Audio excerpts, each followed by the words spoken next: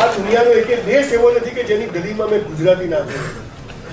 ગુજરાતી ને હું એમ નથી ગુજરાતી બોલે, આ ભૂમિમાં એવી તાસીર છે. દરેક હોય, અમુક પ્રદેશોમાં ત્યાં બધા જોરદાર ગુંડા જ હોય, બધા ડાકુ જ હોય, અહીંયા બધા આવા લોકો. તો તમે જે ભૂમિમાં જન્મ્યા છો, તો હવે જે આગળની તમારી લાઈફ છે, જો તમારે સક્સેસ થવું છે, તમારી પણ સ્ટોરી લખાવું કરવું છે, તો બહુ સહેલી વાત છે. તમે મહેનત કરશો, તમે પેકેજ લેશો, તમે આગળ જશો, કાલે તમારી પણ કંપની બની જશે, તમને ખબર નથી. પણ એના માટે પાયાની જે વાતો છે, જો આ કોલેજ બને તો તમને એક નિયમ આપ્યો કે ભાઈ ગળામાં મંગળસૂત્ર પહેરીને આવજો, પછી કેમ કે આટલા વાગે આવી જજો, આટલા વાગે ફી ભરી દેવાની, એટલે કાઢી મૂકશું, બધું નિયમ. પછી આના બેઝિક કે રેગિંગ નહીં કરવાનું, આવું બધું. તો એ પ્રમાણે ચાલવું પડે. અચ્છા, એમાં જે સૌથી સારું કરે એ પ્રિન્સિપાલને ક્લાસ ટીચરને ગમે કે ના ગમે. તો આ પૃથ્વી જેને બનાવી, અચ્છા તમે એક માનો છો કે ભગવાન જેવું કઈ છે? જો દાખલો આ કમ્પ્યુટર છે તેને બનાવનાર કોઈ છે? આ માઇક છે તેને બનાવનાર છે? હું છું તો મને બનાવનાર છે? તો આ પૃથ્વી, આ કોલેજ છે તો એને બનાવ, તો પૃથ્વીનો ગોળો છે કે એને બનાવનાર પણ કોઈક તો છે, એ ભગવાન. અને આ ગોળા જેવા બીજા 50,000 બીજી પૃથ્વીઓ છે. કેટલી? બધા એલિયન ક્યાંથી આવે છે? ઘણા એલિયન જેવા જ હશે આમાં. તો આ ભગવાન એને આ બધું ડિઝાઇન કરીને મોકલ્યું છે અને કહ્યું છે કે આ પૃથ્વી પર તું જા અને આ 5 ચીજો રોજ કરજે, હું તને બધું જ આપીશ. તમારા કર્મ પ્રમાણે તમે હોશિયાર, ડબ્બાઓ, મા બાપ બધું મળ્યું, પણ નવું કર્મ કરવું તો તમારા હાથમાં ખરું કે નહીં? જે થઈ ગયું એ મારા હાથમાં નથી, પણ હવે તો મારા હાથમાં ખરું. તો હવે જે મારા હાથમાં છે એ હું તમને કહેવા, ચીડિયા ચૂકી છે. આ તો જેને બોલો સંજય ભી તો મારા જલસા છે, આટલા પૈસા ક્યાંથી કમાય, મેં તો બેંક લૂંટી, અમારે કોઈ સપોર્ટ નથી. અને હાલ અનિલભાઈ, મુકેશભાઈ બે સપોર્ટ કરે, તું એને ભિખારી કરી. દીકરા દીકરીઓ બસ સ્ટેન્ડ પર બૂટ પોલિશ કરે, મેં ઝેરોક્સો કાઢી છે, મેં જીપો ચલાવી છે. I was literally waited in a hotel for 3 years. કોઈ કામ નાનું નથી હોતું, પણ સાવ નવરા બેસી રહું ને કોલેજના પાટિયા ઉપર ને અહીંયા બચપન ખેલ મેં ખોયા, જવાની નીંદ વરસોયા, હું છોકરાઓ જોઉં છું. ખરેખર બહુ ઘણી વાર બહુ દુઃખ થાય છે. મારા 3 ભાઈના 6 બાળકોનો બાપ છું. ભાઈ ગુજરી ગયો એટલે 6 બાળકો મારા જ કહેવાય. પણ જ્યારે હું યુથમાં જોઉં છું ત્યારે મને એમ થાય છે કે આ દેશ પાસે, આ ચાઇનામાં આપણા ફરક શું, ત્યાંનો દરેક નાગરિક કામ કરે અને આપણે ઘરમાં 4 જણ બેઠા એટલે કઈ નહીં, જણ કમાતો. પપ્પા સ્કૂટર લાવી અહીંયા 40 રૂપિયાની જૂની બાઇસિકલ, લેડીઝ સાયકલ લઈને હું વેઇટરની જોબ કરવા જતો. મેં ક્યારેય વિચાર્યું નતું. હું તમને એ જ કહું, સપનાઓ જુઓ, એમાં કોઈ ખોટું નથી. સપનાઓ મોટા જુઓ, પણ શેખ ચલ્લી જેવા નહીં કે સપનાઓ જ રહે આખી જિંદગી. પછી કે સાહેબે કીધું તું જોવાના, પણ જોવા માટે દોડવાનું ખરી પાછું. તે દોડવું કેવી રીતે એ હું તમને કહેવા. હું તમને તમારી સ્ટડીમાં તમે અવ્વલ નંબર આવો, મને ખબર નથી કે આઈ એમ 54% ઇન બોર્ડ એક્ઝામ.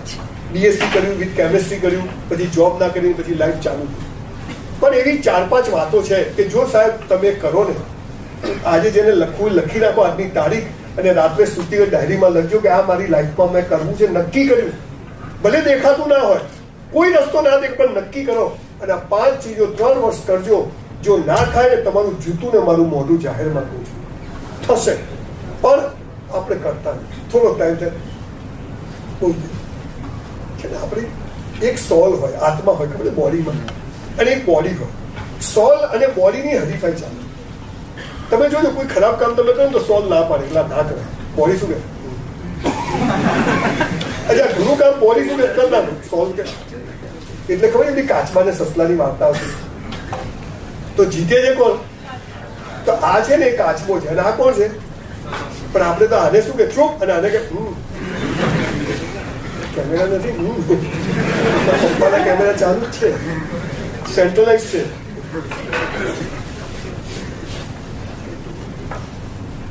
પૈસા તો હલકા લોકો પાસે બી હોય, જુગારની ક્લબો વાળા પાસે બી. પણ તમે એવું જીવન જીવો.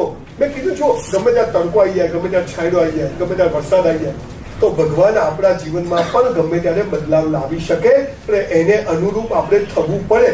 પણ એ કોઈ કહેતું આમ કરો, ઢેકડું કરો, પૂછડું કરો, થતું. તો શું કરવાથી થાય એ વાત હું તમને કહેવા. મારા ઘણા બધા વિડીયોઝ અવેલેબલ છે, રોજ બોલ કરું છું, લોકો ચડાવ કરે છે વિડીયો બધા. પણ આજે અહીંથી લઈને જજો, અને આઈ બેટ યુ કે સફળતા તમે જેને કહો છો, તમે જે ચાહશો ને ઈશ્વર એનો રસ્તો શોધી આપશે. મારી પાસે સ્કૂલમાં ફી ભરવાના 48 રૂપિયા નહોતા, 48 રૂપીસ પર એનમ. અત્યારે અહીંયા આણંદ પાસે મેં 650 એકર જમીન લીધી છે અને 2500 કરોડની યુનિવર્સિટી બનાવી રહ્યું છું.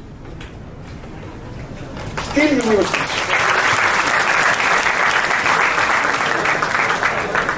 The student who is below 50% is most eligible. આપણે ઊંધું રાખ્યું છે કે હોશિયારો માટે તો આવી સરસ કોલેજો છે, તમારી આ ડબ્બાઓ માટે આનું કશું નથી. હું એવું માનું છું કે દરેક માણસ, તમે મનુષ્ય બને ને એનો મતલબ જ તમે સફળ છો. પછી બધા સ્પેરપાર્ટ ઓકે હોય ને તો લોટરી છે. પણ હવે ઘડતર થતું નથી. જુઓ, એક લોખંડનો ટુકડો હોય ને તો 10 રૂપિયા કિલો ભંગારમાં વેચાય. રેલવેનો પાટો હોય તો શું થાય? ભંગારમાં. પણ એની છડીઓ બનાવો તો 1000 રૂપિયા કિલોના પેદા થાય. એમાંથી કોઈ 100 ને ટાંકણીઓ બનાવો તો 1 લાખ રૂપિયા પેદા થાય. અને એમાંથી આવી કોઈ ઘડિયાળના કાંટા બનાવો તો 10 લાખ રૂપિયા કિલોના થાય. બોલો, પૈસા લોખંડના છે કે ઘડતરના છે? સારું, આપણું ઘડતર જ થતું.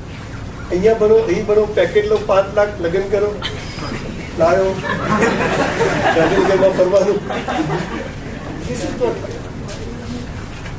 પહેલી વાત, જે કરો તે બેસ્ટ કરો. જે કરો, સવારે ઉઠો ત્યાંથી રાત્રે સુઈ જાઓ ત્યાં સુધીની તમામ વસ્તુઓ કેવી કરવાની? Extreme best. મેં 2000 સેમિનાર ફ્રી કર્યા. હવે તો 1 લાખ 2 લાખ લઉં છું. આજે નથી લીધા. ઈચ્છા થાય તો બાર ડબ્બો રાખ્યો છે, બધા નાખતા જજો.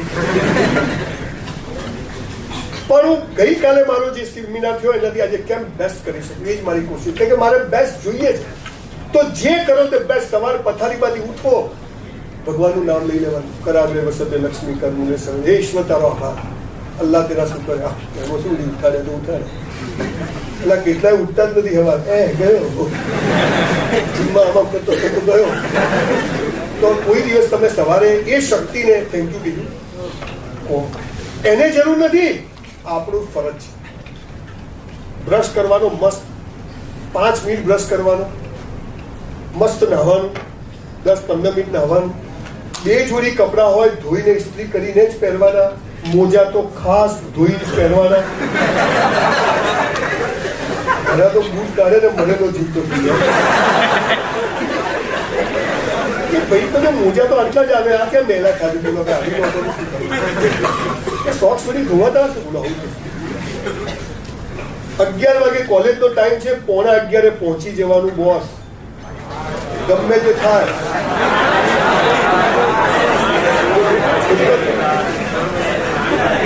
અરે હોય તો 11 હોય તો 8:00 પહોંચી જવાનું. મને અહીંયા 4 વાગ્યાનો ટાઈમ આપ્યો હોય તો મારે 5:45 આવી જવાનું. एक बार मैंने कमिटमेंट कर लिया, फिर मैं खुद की भी नहीं सुनता हूँ. મારા મામા છોકરો મામા છોકરા હાથે જ રહે. તમને ખબર છે, મોટાની વાત નથી કરતો, મારી સગી વાઈફના સગા પપ્પા ગુજરી ગયા. હું સ્મશાન કરતો હતો કેમ કે મારી કોલેજમાં ઇવેન્ટ હતી, કમિટમેન્ટ હતી. એ પછી હમણાં મારી સગી બહેનના સગા હસબન્ડ એટલે મારા બનેવી ગુજરી ગયા. હું સ્મશાન નતો ગયો કેમ કે મારી ઇવેન્ટ હતી.